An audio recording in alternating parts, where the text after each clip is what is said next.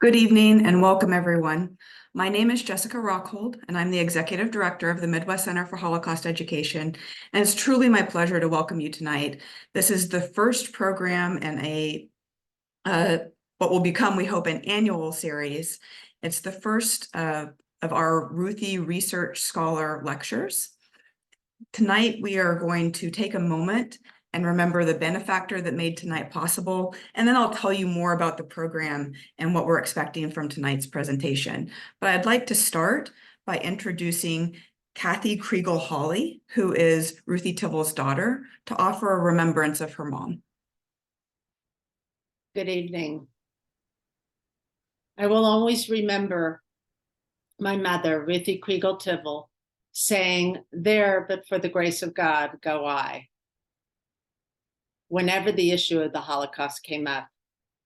Even though Mom, her sister Marcia, and their mother were able to escape Poland to join my grandfather here, she never forgot the family and friends left behind. The imprint of that evil on their lives changed them forever. My Aunt Marcia would tell me that she hated thunderstorms. The sound was too similar to the Nazis pounding on neighbors' doors, sounds heard as they prayed that they would not be the next ones to be taken away.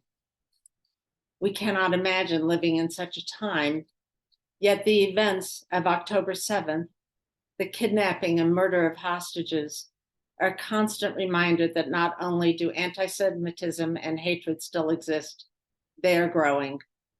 Mom would be horrified at what is happening in the world right now, but she would not allow her fear to make her passive. She would find ways to fight it, and continuing her fight is our job now. My mother was a leader. She made the first endowment as part of the Bushman Community Endowment Initiative. Her bequest to MCHE was also the first bequest that MCHE received as part of the program.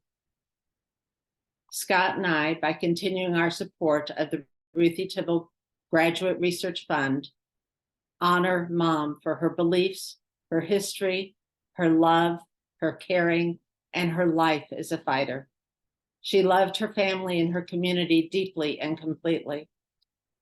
She would be the first to say that supporting scholars who are conducting graduate research related to the Holocaust continues to be of the utmost importance. Now more than ever, support for MCHE from everyone is critical. For Ruthie's initial grant, we are delighted by the selection of Beatrice Levine for the inaugural grant, and we are looking forward to hearing her presentation. Jessica?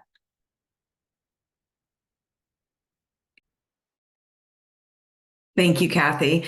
On behalf of MCHE, I just want to again express our deep gratitude. When we had this first discussion, we came to Ruthie's family and said, we have this vision of being able to support graduate students, the next generation of scholars, and the people who are going to carry this field on into the next, several decades. And it was an immediate yes, and the support has been remarkable. So thank you for that. Tonight, our program is going to start in just a minute. We're going to be joined by Beatrice, who I'll introduce, but just a quick note, we are in a webinar format. Please use the question and answer function at the bottom of your screen. You can leave a question at any time during the course of this evening's presentation. At the end of Beatrice's kind of formal presentation, she'll be joined on screen by MCHE's historian, Dr. Shelley Klein, who will then moderate those questions back to Beatrice. So let me introduce Beatrice. She is a master's student and a graduate teaching assistant for the Kress Foundation of Art History at the University of Kansas. She earned her Bachelor of Arts in Art History from Loyola University Chicago in 2018, and she holds an undergraduate specialty certificate in Holocaust and Genocide Studies from the Jewish Studies Department at KU. Beatrice's research, which she's going to be sharing with us tonight, and which the grant supported in part, focuses on the Nazi-era looting of Jewish community art during the Holocaust, and very specifically deals with issues of provenance and the ethics surrounding that. So Beatrice, thank you for being here with us and sharing your research, and we look forward to your presentation. Thank you. All right. But first, I wanted to thank and, of course, extend my deepest gratitude to the late Ruthie Kriegel-Tivol, her family, and, of course, Shelley Klein. Thank you for advocating for Holocaust education, endowing much-needed Holocaust research, and we should all be grateful to you all tonight, but today I'm especially grateful. So we're going to go ahead and get started. I just wonder if you all would humor me for a moment as a teacher, and we could spend some time looking at a painting together to get started. This is Woman Ironing by Pablo Picasso. Picasso completed this work in 1904 when he was just 23 years old. In it, we see a woman using her frail body to push all of her weight onto an iron as her hair falls into her face, implying a long, physically exhausting workday. Under the large swaths of gray and blue dirt patches that cover her arms and face, we see her skin peeking through, rendered by the artist an unnatural yellow color. Clearly, as indicated by the color palette and date, this painting was completed during Picasso's famous Blue period, an era defined not only by the eponymous color choice, but an interest in painting the disenfranchised, those deprived of their rights and privileges, barred from full access to their societies. During the Blue period, Picasso split his time between Barcelona and Paris. When in Paris, he relied on his friendship with Jewish poet and painter Max Jacob to learn French and navigate Parisian culture. The two artists had a 40-year-long friendship that ended when Max Jacob was arrested by the Gestapo in France on February 24th, 1944.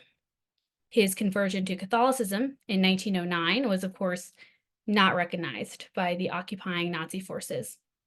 Jacob's friends, like poet Jean Cocteau, tried to use their connections to prominent Nazi party members to save Max from the Drancy internment camp.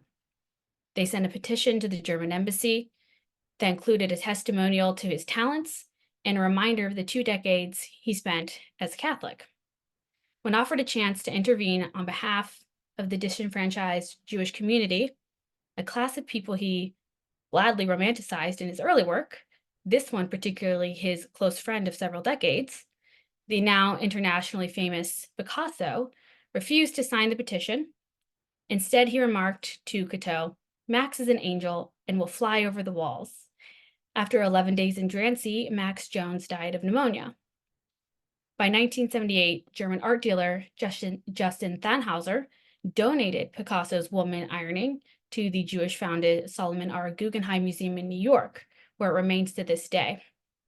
The Guggenheim family were champions of modern art in the early 20th century. Solomon's niece, Peggy Guggenheim, famously brought a painting a day from modern artists in Paris who were desperate to save their work from falling into Nazi hands. Peggy successfully smuggled her collection out of France, wrapping the canvases in sheets, blankets, and hiding them under casserole dishes just 2 days before the Nazis invaded France on May 10th, 1940.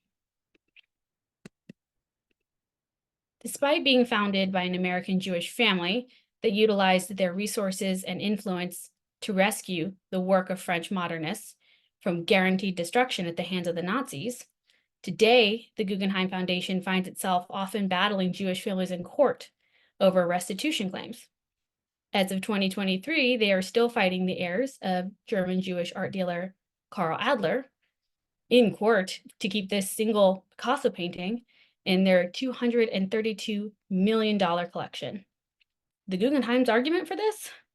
Despite Jews losing their German citizenship by 1935, being forced to hand over their businesses to non-Jewish citizens in 1938, and facing an exorbitant tax known as the Reich flight tax should they attempt to emigrate out of Germany away from Nazi persecution, the Guggenheim still argues Karl Adler's sale of Picasso's Woman Ironing for approximately $20,000 less than the painting's 1938 value was not a sale made under duress.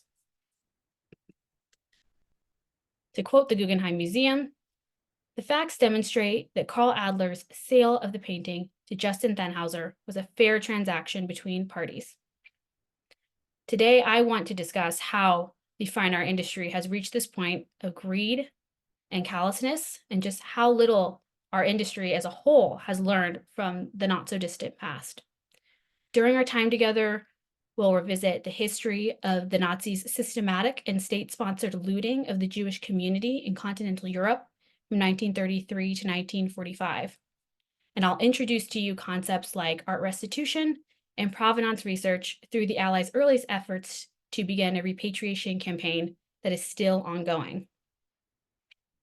And we will end with an examination of how the art world is doing today in its efforts to return stolen works back to their rightful owners. Although this is a little preview, you might know where we're going to go with that conversation already. It may come as a surprise to some, but to understand the function of fine art within the Third Reich, we have to skip over the origins of the Nazi Party and go even further back in history, starting with the childhood of Adolf Hitler. In his autobiography, Mein Kampf, Hitler recalls arguing with his father as early as the age of 12 over his desire to become an artist. Hitler's father, an Austrian civil servant, wanted his son to follow his lead and enter the civil service as well. Hitler recalled, quote, "My father forbade me to entertain any hopes of taking up the art of painting as a profession. I went a step further and declared I would not study anything else." Seems like a lovely child. Ultimately, Hitler's father ignored his desire to attend a classical high school and study art, and instead enrolled him in Linz's Realschule.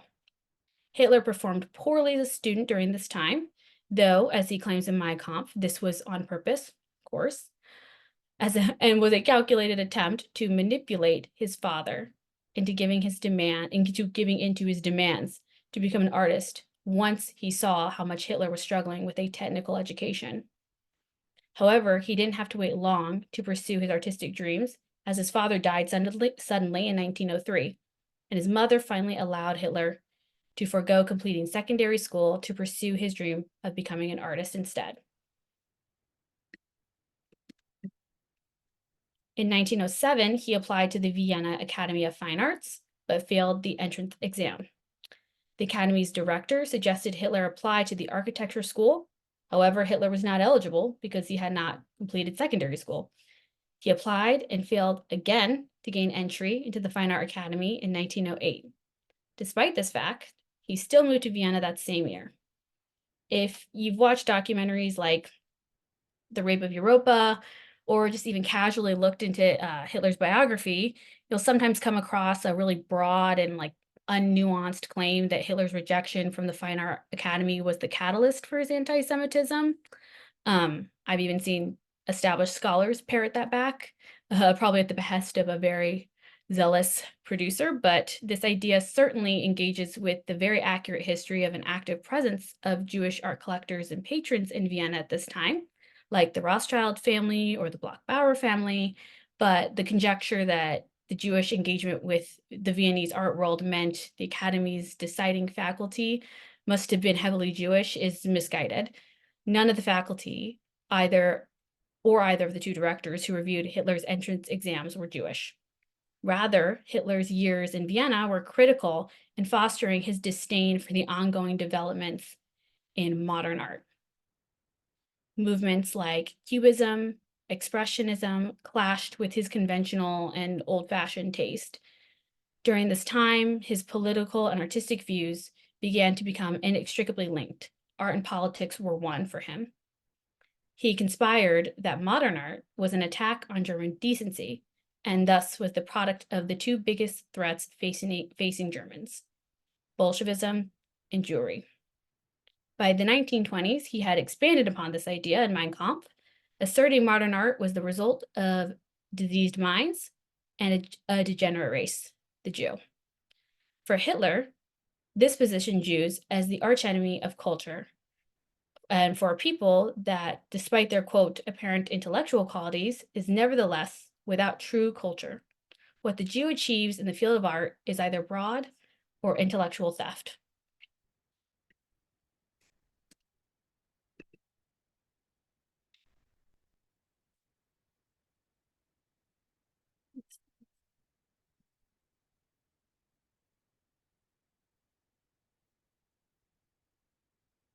When Hitler and the Nazi Party ascended to power, upon his appointment as Chancellor in 1933, and eventually his self-appointment as Führer in 1934, he was finally able to begin effectively weaponizing art as a means to implement his racist ideological agenda.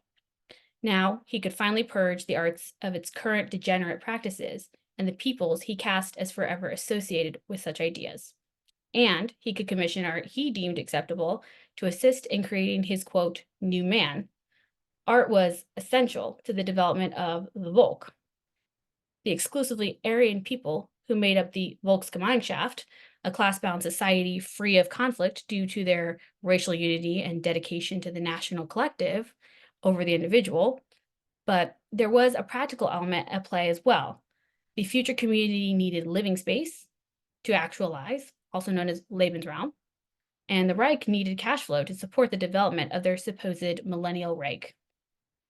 By 1938, with each new country Germany invaded, they gained both space for their Volk and an entire community of now displaced, disenfranchised European Jewry to tax, rob, and ultimately impoverish for their own gain. The looting of Jewish art collections was a premeditated and systematic component of the Nazi Party's implementation of the Holocaust. It's important to remember the cleansing of the Jewish people continually escalated from 1933 to 1945. This escalation can be organized into 3 distinct phases, each with its own goals and means that increase in aggression and violence. That is to say, when Hitler declared himself Führer in 1934, he and the Nazi Party leadership did not have blueprints of the death camps in Poland already drawn up. However, it is clear the looting of art and property from the Jewish community was part of the plan from the very beginning and continued across all 12 years of the Holocaust. Throughout all 3 phases of the Holocaust, looting of the Jewish community proved beneficial to the perpetrators at every step. During the first phase, from 1933 to 1939, the Aryanization of Jewish businesses, exorbitant taxation, and barring Jews from almost all professions not only achieved the Nazi Party's goal of making life in Germany so uncomfortable for the Jewish community they pursued immigration, it also greatly financially benefited the Reich. The ghettoization of Jewish populations during the second phase from 1939 to 1943 forced Jewish families out of their homes and with what little assets they were allowed to have, leaving behind real estate, fully furnished apartments for perpetrators to infiltrate and loot. It wasn't just the state who got to reap the benefits this time. And during the third solution, commonly called the final solution from 1943 to 1945, the looting of art and property had psychological effects on victims, breaking their spirit and will. Though the term genocide did not come into use until human rights lawyer Raphael Remkin published his book Access, Rule, in Occupied Europe in 1944, the Nazis' looting of the Jewish community makes it clear that genocide cannot occur without some form of cultural genocide taking place simultaneously. They are inseparable. Not only does the plundering of art, assets, and cultural property force the intended victim into an impossible financial situation, completely dismantling their physical quality of life overnight, it also inflicts a psychological attack, disorienting the victims, robbing them of any sense of control and agency, resulting in the elimination of their cultural and spiritual identity. Destroying a victim's identity contributes to the perpetrator's continuous efforts to wear down their will to live, resulting in large groups of people who are psychologically and spiritually crushed, and thus much easier for genocideers and their perpetrators to eventually control these people physically. The Nazi Party established several organizations and task forces with the sole purpose of looting the occupied territories with a specific focus on Jewish families and their property, specifically prominent families like the Rothschilds, the Rosenbergs, The Wildensteins and the Schloss families were targeted for their valuable and extensive collections. By 1940, the Reichsleiter Rosenberg Task Force, or ERR, was formed with the express purpose of looting Jewish-owned cultural valuables, as well as plundering libraries, archives, and even Judaica. In its 5-year existence, the ERR was able to plunder France, the Netherlands, Belgium, Poland, Lithuania, Latvia, Estonia, Greece, and Italy. Their Western branch, headquartered in Paris, was responsible for collecting Jewish and free Masonic books and documents, either for destruction or for removal back to Germany for further study. Per the request of Reichsmarshal Hermann Göring, all looted fine art was to be held at the Jeu de Paume, for Göring to receive first pick and expand his own personal collection. Additionally, the Führer Museum, run by art historian Han Posa, was tasked with drafting wish lists of fine art in Jewish collections and galleries to fill Hitler's proposed Führer Museum in his hometown of Linz, Austria. Hitler intended for the museum to assist in establishing Linz as a competitor with other major European cities like Budapest, Paris, and Vienna. As early as 1925, Hitler envisioned a German National Gallery with himself as the director. After planning finally began on the project in the 1930s, Hitler returned from a state trip to Florence, Rome, and Naples in 1938, overwhelmed by the sheer quantity and quality of art in Italy. And as a result, he intensified the Führer Museum's looting of Jewish victims in the occupied territories significantly. Despite Hitler's demands that the museum's collection reflect his outdated and traditional tastes that he felt upheld ideas of German decency, and his vehement association of Jews with modern art, he still looted Jewish collections, as several did actually contain some of the most highly revered works of the Western art historical canon. Additionally, in 1933, Hitler made a deal with Hermann Göring to aggressively pursue quote-unquote collecting for Göring's own art collection and his own museum as a gift to the German people, potentially to be located in Berlin or Göring's estate Carenholm. Göring and Hitler bonded over their mutual love of art and collecting, with Göring frequently taking his pick of the party's ever-growing trove of plundered art. Eventually, Göring amassed a looted art collection of over 1,000 items valued at $200 million in 1945 that was eventually seized by the Monuments Men at Carenhall at the end of the war. Many people are familiar with the Monuments Men, but I'll give everyone a little refresher to make sure we're all on the same page. The Monuments, Fine Arts, and Archive Section unit was established by the Allies in 1943 to help protect cultural property in combat zones, mostly in the European theater. Well, those of us who are familiar with the Monuments Men often think of their work on the front lines, advising which buildings and monuments troops should avoid damaging. The majority of their work during and after the war is what we would today call provenance research and art restitution. As the war was ending, the MFAA kept discovering repositories of fine art throughout Europe, with Germany alone boasting over 1,500 troves of property. While many were hiding places for the loot stolen by Hitler and his Nazi party, several were museum collections and galleries that had buried their own inventory for safekeeping. The Monuments Men oversaw the safeguarding, cataloging, removal, and packaging of all works from these repositories. They established several centralized collecting points throughout Germany. From there, they began their provenance research, investigating the history of an object to determine its ownership, or if the work was stolen at any point. Once ownership was determined, the MFAA would return, or what we would call restitute, the object back to the rightful owner or country if the owner had not survived the war. I cannot stress enough how difficult this work is, even in the best of circumstances with the technology we have today. And the work that the 400 members of the MFA did, they ended up restituting over 5 million works in just 3 years in really not ideal conditions. However, they did have some local help to aid their efforts, most notably in France from art historian Rose Valland. Despite studying art history at 3 universities and working on her graduate studies, Rose was hired by the Jeu de Paume in Paris in 1932 as a volunteer. In September 1938, she stepped in for the museum when its curator fell ill, overseeing its operations and collections. During the Nazi occupation, the Nazis commandeered the Jeu de Paume in 1940 and converted it into the headquarters and clearinghouse of the Special Staff for Pictorial Art, a team within the ERR. The director of the French National Museums and the Louvre immediately instructed Valland to remain at her post in the museum and spy on the Nazi looting operation. Valland never revealed she understood German, eavesdropping on German conversations, and secretly kept meticulous notes on the destination of train cars and shipments filled with looted art. She witnessed frequent shopping trips of Hermann Goering, noting he made 21 visits to the Jeu de Paume to select works for the Führer Museum and then add to his own personal collection. She gathered critical information from conversations between drivers and guards and packers, which she relayed to her museum director and the French resistance. At the end of the war, Valland feared the repercussions of being labeled as a collaborator with the Nazis.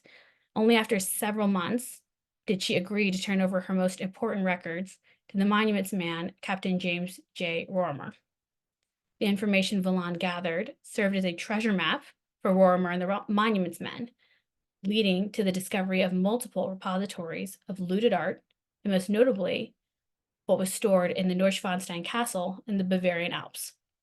Hidden in the castle were thousands of works of art and cultural objects stolen by the Nazis from private collectors and art dealers in France, including the Rothschild, David Weil, Kahn, Rosenberg, Bernheim Jeune, and more. Valland's notes were instrumental in expediting the restitution process of these objects to their rightful owners. In 1945, she joined the French First Army to continue her post-war restitution work even after the monuments men left. By 1948, the United States awarded her the Medal of Freedom. However, it wasn't until 1953 that she finally received the title of curator at the French National Museum.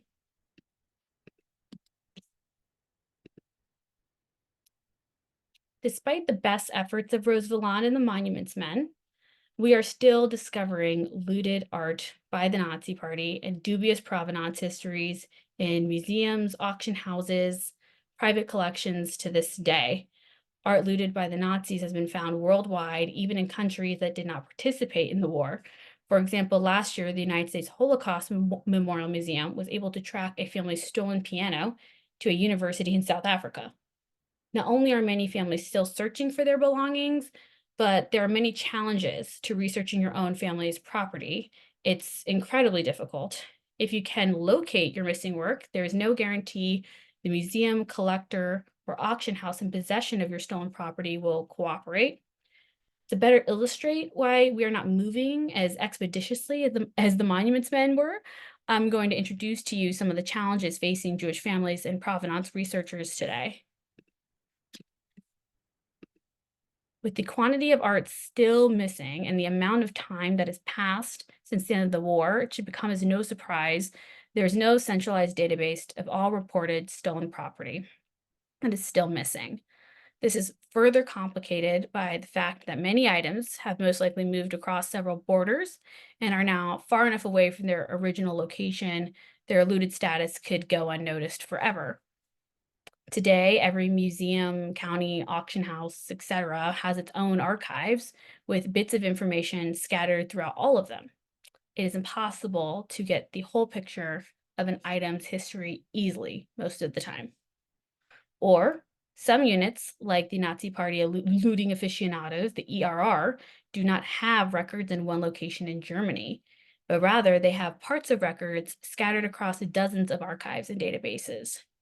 If you can't travel to all of these archives, many are digitized, but most are not.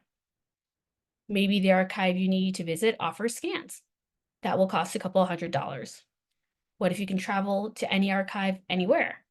Many are actually still inaccessible to the general public and require academic researchers to submit lengthy applications to schedule one research visit.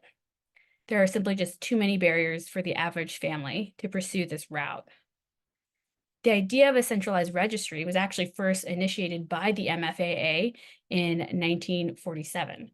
They anticipated from the beginning how critical this would be for later provenance researchers and families looking for their missing property. However, their idea did not move forward. It wasn't until the mid-1990s a Swiss bank saw the need for a consolidated approach, specifically regarding the issue of missing fine art. They created the Holocaust Art Restitution Project, or HARP, in 1997 to finally tackle this project, but unfortunately, the resulting database did not work. In 1988, the Art Loss Register digitized and consolidated the government archives of several countries, but this is not available to the general public.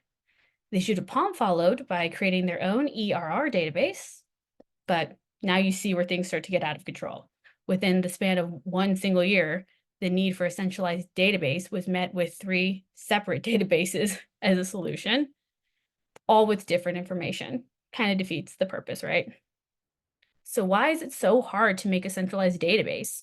And surprisingly, it is difficult to get funding or support for this. There is strong opposition.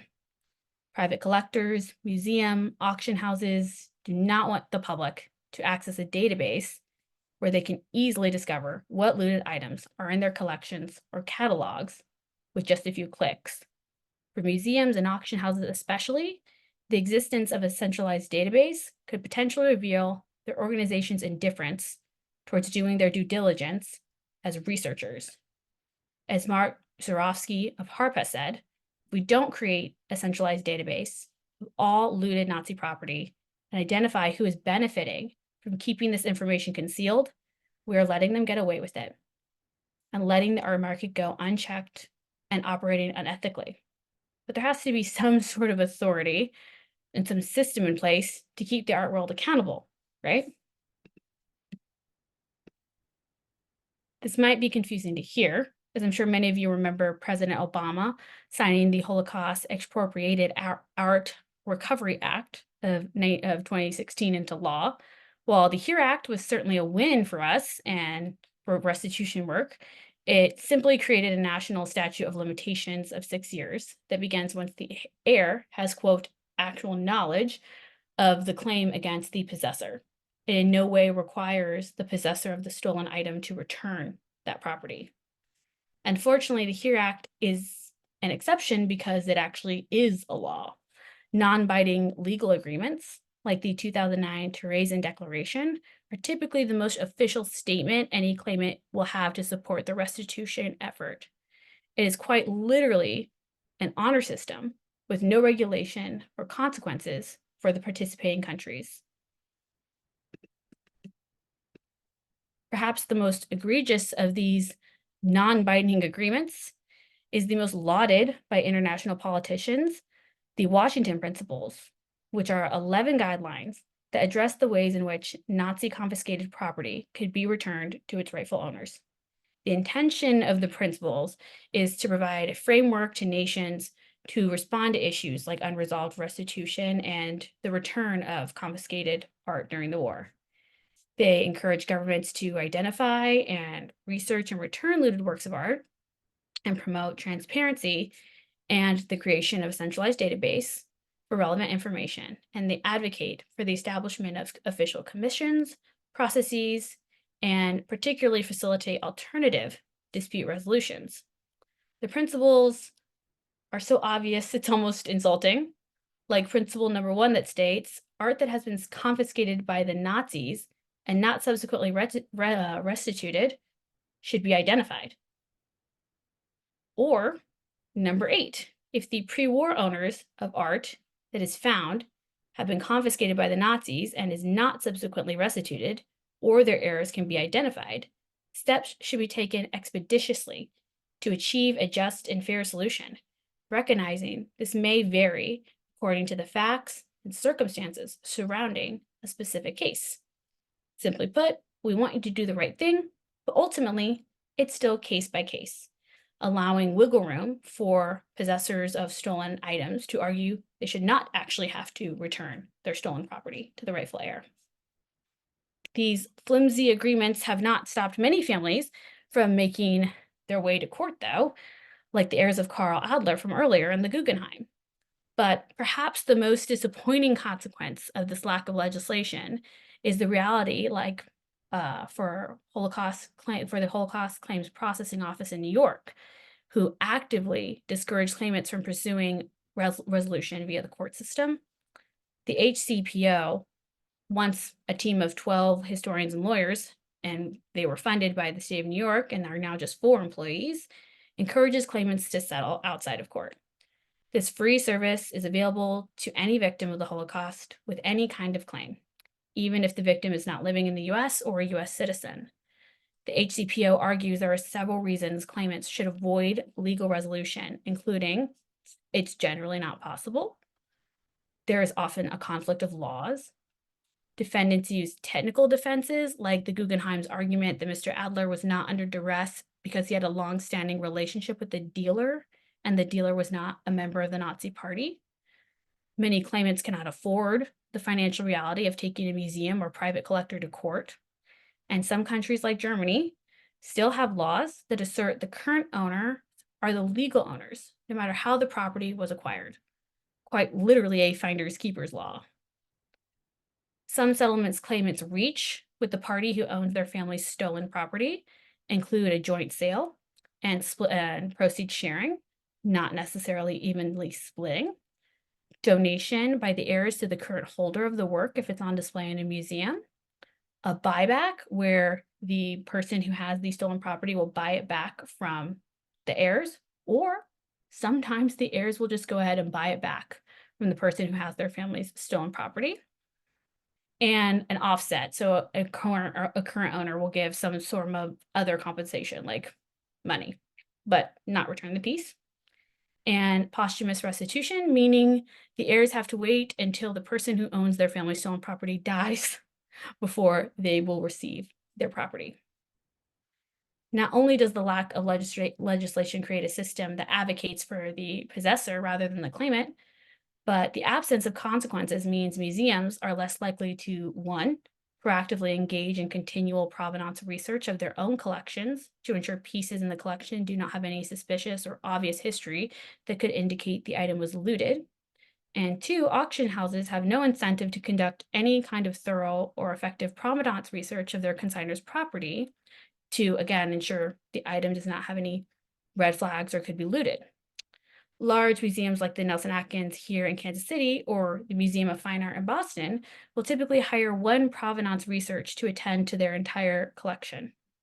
Even if this researcher is the most dedicated and expeditious, thorough researcher humanly possible, the solution still does not address the fact that provenance research tends to be highly specialized.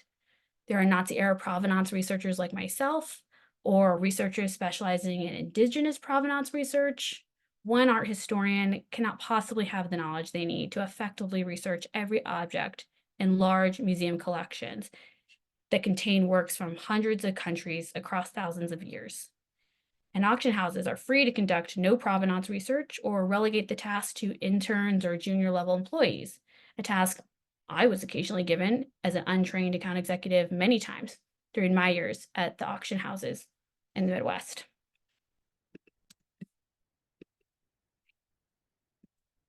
If you take our institutions at their word, what I just said is emphatically not true. Take, for example, the Metropolitan Museum of Art, which has had an ongoing Nazi-era provenance research project since 2000. Yet, they are being dragged to court by claimants again and again. Or Christie's auction house that has a celebration of the very flimsy and very ineffective Washington principles that was hosted by their own restitution department. And they even have a grant for Nazi-era provenance research. Yet, they still were caught selling the jewelry of a woman who would Aryanize Jewish jewelry businesses in Austria.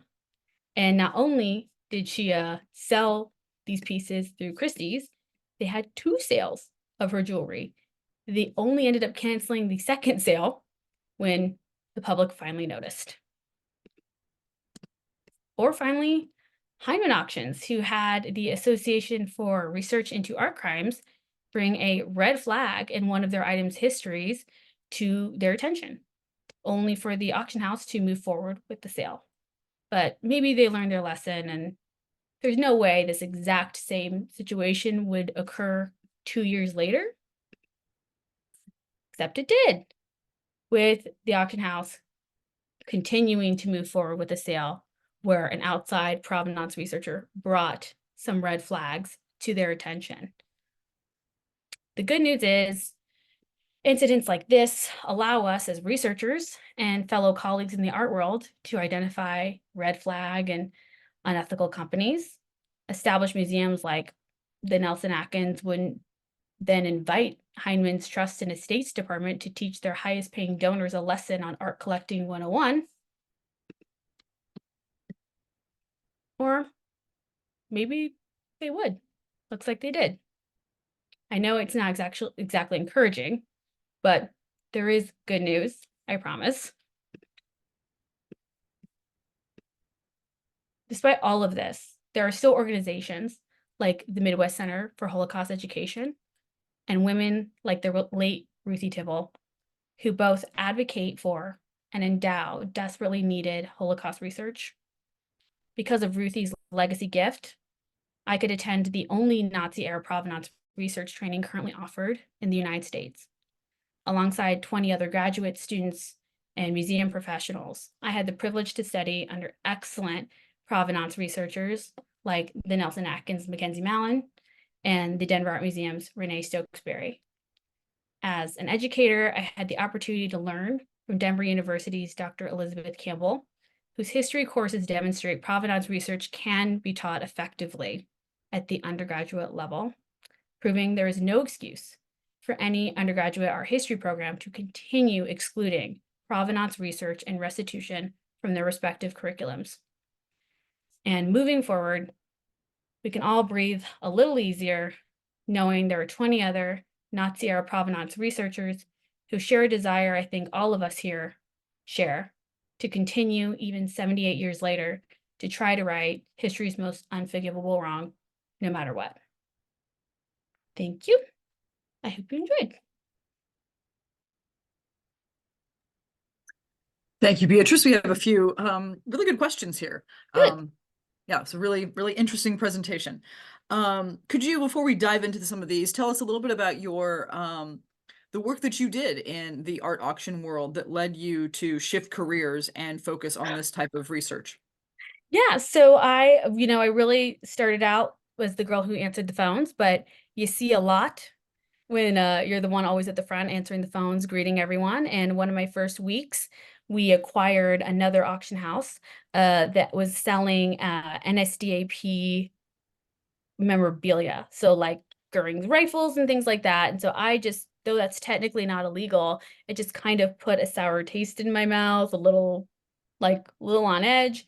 And then as I saw just how little research went into what was going to auction, or if there was anything that was questionable, it just went. I know someone's probably going to ask a question later, and the answer almost always is it goes back to money. It really just goes back to greed and making a profit. And I saw when I saw that that was being prioritized over what we were taught to do as art historians, and I'm sure people, especially people like in the museum world as conservators and things like that, it just made me uncomfortable, and I realized that there's absolutely no reason for that to be the case. Not anymore. Yeah. So a couple historical questions here. Could you tell us, do you know what happened to some of Hitler's paintings the ones that he did? Yes. So actually, there are a couple of the watercolors in the United States at Fort Belvoir. I think it's the Army Museum Support Center has them. Again, they're not accessible to the general public for obvious reasons. But yeah, and also they're not great. You don't want to see them. And I actually think maybe the Met might have a few like in their archives, but the majority of them are going to be with the military.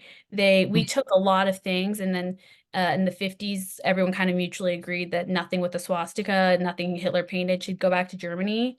But magically somehow I was like 1,500 things, and now we only have 450 at Fort Belvoir. So I think some things did go back, but there's definitely some watercolors there. And why do you think it is that researchers or authorities reject the idea that artwork that was sold under duress is not seen as a part of the systematic looting that you discussed? Money and anti-Semitism. And I mean, I hate to say like it's just like it's that broad of an answer and unsophisticated of an answer. I think it's just really does go back to the one thing when I came back from my training program at Denver that this grant helped me pay for was I said the greed is more than I could have ever imagined. I mean, I thought I saw it all. I was really taken aback by the greed of our colleagues. What you alluded to the Denver program. What are some of the things that you learned in that workshop, or how did just sort of tell us a little bit about that experience? Sure. So I was like doing a semester of college, like in 1 week. It was 5 days. We did hours of lecture every day. I think probably the thing I took the most from it was the amount of databases when you do this kind of work. And that's why I was saying earlier, it's really specialized. The amount of databases you have to use to be able to even to do like just Nazi era provenance research. I think my spreadsheet has like 75 different databases just for that specific niche, right? So being able to find out what those databases were, how to navigate them, and they're all different. And that was when it really, stuck with me that I was like, if you're just not an art historian or not a researcher trying to do this work, this would be overwhelming and impossible, right? So there really is a need for some sort of centralized database, but that was the thing we probably did the most. We did a little project as well where we took something that had established provenance and we backtracked and combed through it to see if it was accurate. And some people found some holes. And so is that the sort of thing that like your eventual career goal would be to work for these institutions and help, with the restitution? Yeah. I mean, that would be great. Another part of the problem is because we always are like wanting to hold on to our money in the art world. Museums don't invest, right? So you have like one person for an entire museum that does this kind of work. So I think even Renee was doing it for the Denver Art Museum, like part-time while working at another museum where she was the director. So, I mean, money, where they put their money is really where they shows what they value, and they really don't value it yet. But I always say, like in my department, sometimes I feel like I'm the tax man. Like no one's going to be excited when the provenance girl shows up. And I think museums are a little reluctant to throw money that way.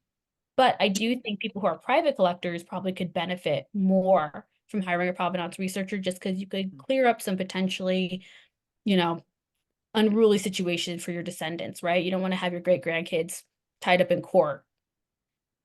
You feel like the field as a whole is maybe moving towards more openness with these investigations, or is it still, it's kind of difficult now, but is it your sense that like, in the next 10, 15 years, we might see a shift? I think more so when it comes to antiquities, just because the State Department has really come down on people who are selling, illegally confiscated, looted antiquities. And a lot of like Buddhas and things that come out of like East Asia. I don't think Nazi era work is going to be like ever anyone's top priority. So it is because there's a lot that goes with that one. I mean, the Jewish thing, right? The anti-Semitism. And then also one thing that we don't tend to talk about is Jewish families who are even able to pursue these things, who even have the money to do that. They're going to be perceived not sympathetically because they are of a class where they can pursue suing the Met, right? So it comes off, I think, to the general public as like, oh, poor rich family wants their Picasso back. But for a family that has never recovered financially from the war for generations, that could change their life. So it's still important work to pursue. Well, it sounds like if it's very few people are able to, because of the roadblocks put in place, you have to be of a certain, you have to have the knowledge and the means to be able to pursue it. So it would be kind of prohibitive for a larger class of people. And yeah, hopefully that will be able to change. Let's see. Are you familiar with the Meyer versus University of Oklahoma case? I'm not, but I'd love to learn Okay. more. All right. I'm not either, but someone had a question if you were interested in, if you knew, if you had an opinion on the outcome. So, No. and do you, to your knowledge, has the Nelson Atkins faced issues of looted art? Did they find some in their collection? If so, was the situation resolved? Not that I know of, but it wouldn't surprise me. And I'm not saying that to like disparage the name of the Nelson, just the sheer size of their collection. It wouldn't surprise me at all. And they just don't have the staff to be able to comb through that in a way that's like expedient. But nothing major that I know of. But again, every museum has it. It's like it's not like I was saying, not everyone has bad intentions, but when they find this information out, it really, shows who they are with what they do with that information. Yeah, I think that's a really interesting and important distinction to make, right? There's, yeah, not even as individuals, we don't have, not every individual would have the capacity to pursue this background, and the same thing for institutions as well. And so until some of that funding changes and fields change, that may potentially might make it more possible down the road. I know. Let me see here. Check the chat. Someone has asked about Yad Vashem being involved in have they at all been involved in matters of restitution, just as a putting like it's the weight Generally. of their name behind things? Yeah. You know what? That's interesting. I've never heard of them like sponsoring a family or anything like that, but that doesn't mean they aren't doing that, right? But no, I've never heard of them doing anything like that, but it wouldn't surprise me if they are. We just don't know about it. But that has always struck me that there aren't more like charities or Jewish funded like groups that are advocating for this kind of thing and helping families who don't have the legal financial means to be in a legal case with a large institution for a long time. But I think that'll just come with time, hopefully. Which in many ways ties into this next question, which is what can the average person do in terms of, making their best efforts to, I mean, we all can't, pursue restitution issues, but what can an average person do? I know, and I would never ever ask any of you to get an art history degree or go to grad school for history. That's way too much. But I mean, finding organizations like the Midwest Center for Holocaust Education that do endow students like me and then do support Holocaust education and research is probably the best thing you can do. Finding those educators or people in your community that are actually doing the work in some way. It doesn't have to be, directly, right? You don't have to donate directly to a museum, or you don't have to Venmo me directly, but finding the organizations that are supporting people like me is going to be the best thing you can do. Well, thank you very much for that. I think I've got most of the questions here. Anything else that you would like to send us off with that we maybe didn't give you a chance to say? No, my gosh, it was great. Those are great questions. Thank you. Well, thank you for the presentation. Thank you for the work that you're doing. I think it just helps, a lot of us understand the internal pressures that go on behind the scenes, and something to continue to pay attention to. You see a headline here and there, but to know that it's a far more complicated situation beyond that. So thank you for your work. Thank you to everyone who joined us this evening. This was a really enlightening and interesting presentation. So thanks to everyone, and especially to our donors who made this scholarship possible. Have a good night.